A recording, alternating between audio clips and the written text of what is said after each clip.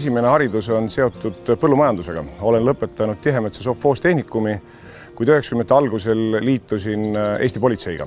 Julgen väita, et traditsioonilised lahendused ei pruugigi olla kõige efektiivsemad.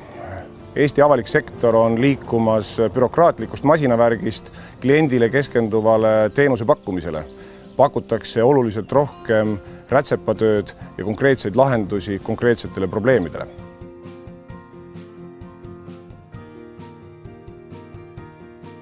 Pärnu kolledži teenuse disaini ja juhtimise õppekava annab head teadmised teenuste arendamiseks ja parendamiseks. Olen saanud kasutada neid teadmisi Eesti politsei teenuste arendamisel, aga ka täna Eesti politsei hariduse arendamisel ja juhtimisel. Õpikeskkond kolledžis oli väga hea. Õpilastest moodustus väga tugev meeskond, kellega koos saavutati väga hea emotsioon, mis aitas pingelistes olukordades õppetööga toime tulla.